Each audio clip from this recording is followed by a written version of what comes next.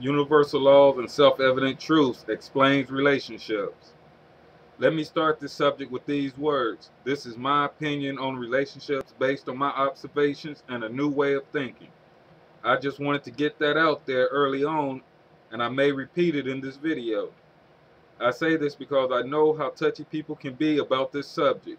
So with that said, you can take what I say here with a grain of salt and ignore it. That's your choice, and I can respect that. But to all of you watching this video or listening to these words who wonder why your relationships between men and women don't live up to your expectations, or if you've ever wondered why the divorce rate is up and rising with the marriages getting shorter in durations, also for all of you wondering why men and women cheat, this is for you. Also, I'll explain once and for all why when a man is caught cheating, he says it didn't mean nothing. These questions and more will be answered in a way that will make you at least think about the way you view relationships. That is my only intent. With that said, let's dive in to see how universal laws and self-evident truths will answer these questions and many more. According to universal laws and self-evident truths, the reason your relationships don't live up to your expectations is simple. They are not designed to. Why do I say that? Because your expectations are based on my world, where anything is possible, but they don't work in your world because you limit the possibilities. I'm talking about relationships that are marriages or monogamous. It is not natural to our species, plain and simple.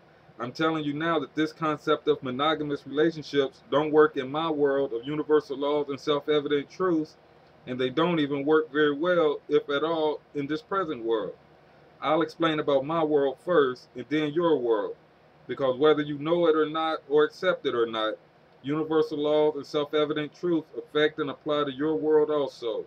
You just choose to ignore them or don't know about them, to your own miserableness or happiness. Let me start with the most common and typical response to this comment, which is you or someone you know are married and have been married for a long time and they are happily in love still. Let me clarify what I meant by your expectations. I'm talking about the ones you had when you and your spouse became a serious item, not the time since then up to now. During this time, you have lowered or adjusted your expectations to keep the relationship going. Don't get me wrong. If you like it, I love it. I just feel that everyone that finds themselves in relationships should know what they are getting themselves into. This way we can end domestic violence and all the heartbreak. Try this. When people tell you they have a good relationship or marriage, ask them compared to what, and see if they don't get stuck or tongue-tied. That will probably be the first time they ever thought about it in years, if ever. I say this because relativity is a universal law, the act of comparing, or defined in the Word Web Internet Dictionary as the quality of being relative and having significance only in relation to something else. This law is applied every time you choose something over something else.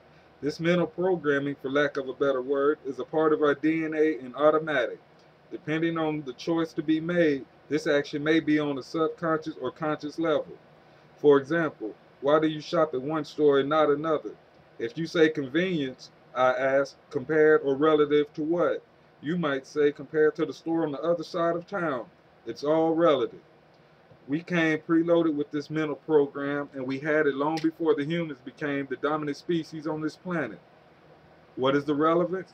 Here's a self-evident truth to help explain the answer, and that is, control the mind and the body will follow. Some of you may grasp this easily and see the truth of it clearly. For the rest of you, know this. There is nothing you can do without thinking about it first. Nothing. Whether you think long and deep or short and shallow is beside the point. You did think. Now, when you think, your mind automatically starts the relativity mental program. But where is this program getting its info or data, to stick with computer talk? It is pulling data from your memories and experiences, which will be past tense. Things that has happened to you, or someone you know, or something you've been taught, i.e. school, parents, church, etc. So with that said, what if someone lied to you? Unless you did your homework, how would you know? You don't have to take my word for this. Has anyone ever lied to you and it took a while for you to realize it? That would probably hurt you mentally and or physically, and definitely emotionally. Remember, people once thought the earth was the center of the universe and also flat, a self-evident truth. All revolutionary truths began as blasphemy. Now, the time between the lie and you finding out the truth is important, because during that time, you have been making choices based on that lie that you accepted as truth that you may not have made had you known the truth or not been lied to in the beginning. Bear with me now, we're getting there. Now, where did this concept of marriage come from?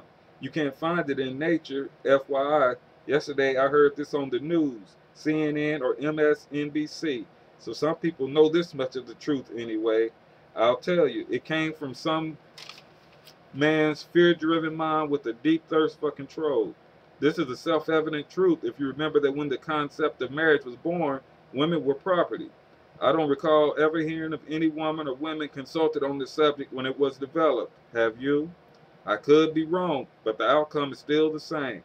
So, since it was conjured out of thin air, no womanly input with no womanly input, who do you think is the controller or controlled? If you need a bonus hint, remember during a wedding ceremony, someone has to obey. I don't know if it's the vows from the Bible, but I'm pretty sure the preacher says it. So you can see it has a design flaw or a few flaws and some out and out cracks. One is that it's not natural to the human species. And two is that it doesn't take in consideration the universal laws and self-evident truths. Namely, the only constant in this universe is change. It would have worked had the world stayed the same as when marriage was first developed. There has been innumerable changes since then, but what put the nail in the coffin for marriage was when women started thinking for themselves. Thank you, ladies. I heard this saying somewhere that goes like this: man is the only being that sets a trap, bait it, then step in it. I'm now starting to think that marriage was what the author was talking about. Check this out for logic. A man wants to control a woman, so he convinces her that she needs him and only him. They get married and he thinks he has total control. Everyone knows the phrases barefoot, pregnant, and in the kitchen. Also, although they use this one for kids today, or try to, it was once meant for women, which goes, women are to be seen and not heard. Most of you have seen the old and new Western movies. Need I say more? That's why it doesn't work in my world. Here's why it doesn't work in your world today. First, you have to understand that the core concept of marriage to control is still intact, but the rest of it has been manipulated to try to keep it alive. I didn't say corrupted because how can something doing what it was intended to do be corrupted? There's so many reasons marriages fail today, I don't know where to start. Here we go. Because it's not a natural phenomenon, meaning it doesn't happen in nature anywhere, men never had any idea of the long-term consequences and repercussions. You can say that men were desperate for control, and you'd hit the nail on the head. I think now it's time to show the inherent flaws in today's marriages. Well, two major ones anyway. They are love and insecurity. Why do I say this? Because in today's marriages, you can't have one without the other. Let me explain. This thing people call love today is really insecurities masquerading as love. Ask anybody who claims to be in love, how do you know it's real love? They may have their own responses similar to these. I can't get her, him off my mind. I can't stand to be away from him, her too long. I've never felt this way before, so it has to be love. People tell me it's love, etc. Now, when you ask yourself, are these reasons to get married in these days and times, with 6 out of 10 marriages ending in divorce, the insecurities make themselves known. Here's where people try to fool themselves. They think if I don't marry him or her, someone else will. I don't want to lose him or her. He or she makes my life complete. No sex before marriage. He, she gives my life meaning. And the most common thought, whether you voice it or not, is security and stability. Need I say more? The thing you should know is that the 6 out of 10 failed marriages are not the true odds you are trying to beat when you say to yourself, that won't happen to me. What you're truly saying is that universal laws and self-evident truths don't apply to you, which is the largest lie you ever told yourself, which you believe is true. Don't get me wrong. All this may be totally new to you. I've never heard of it before or thought of it before I changed my way of thinking. Like you, at one time I wanted to get married and settle down with that special one. Universal laws and self-evident truth should be taught in our schools, but that won't happen in this world because this world isn't built on a foundation of truth. It's built on lies and deception and fear, so that is what keeps it going. Truth would throw a monkey wrench into the works. I say again, the truth shall set you free, but in the beginning it may make you miserable. Now for why men cheat and when caught they say it didn't mean nothing to the woman and expect them to understand. What's really going on is that natural instincts are colliding with this illusion you call love. Ladies, understand this. When a man cheats on you with a one-night stand or a booty call, it really does mean nothing. There's no love in it. It's just sex. No emotions, not even the love as you define it today. The universal law that you are unaware of is the only limitations humans have are those they choose to recognize. Remember, these laws were put in place before the concept of marriage. They are in our DNA. Nothing in this universe will change or eliminate this. But because free will is also a universal law, you are free to try and fool yourself or ignore these universal laws. But that doesn't negate or disprove them. When you come back to your right mind, they will still be here to show you the path you seek, which is unconditional love. You see, unconditional love will allow you to have your cake and eat it too, so to speak, which is what every human on this planet wants, even if they never voice it. Believe me, it truly is paradise. Unconditional love is built on truth with the knowledge of universal law and self-evident truths. You don't need fear, insecurities, etc.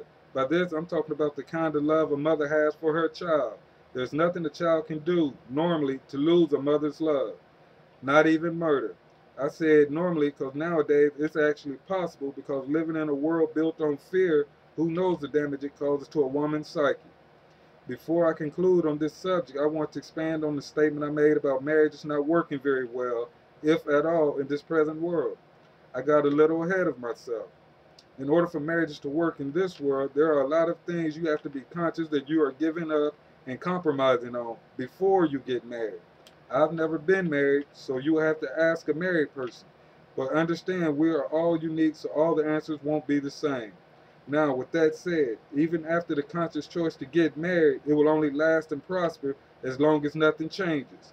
One day you like the idea, the next day, month, year, or years, you start to wonder. Universal law. The only constant in this universe is change. Oh yeah, a compromise today doesn't mean both of you get what you really want, but that you have agreed to settle for less than you both wanted initially to try and make the marriage work, taking into consideration your insecurities. The more fearful and insecure you are, the more you're willing to compromise or give up. Self-evident truth. The moment one of you start feeling shortchanged in the deal, like they gave up more than they got, it's downhill from there, ending in divorce. One more thing.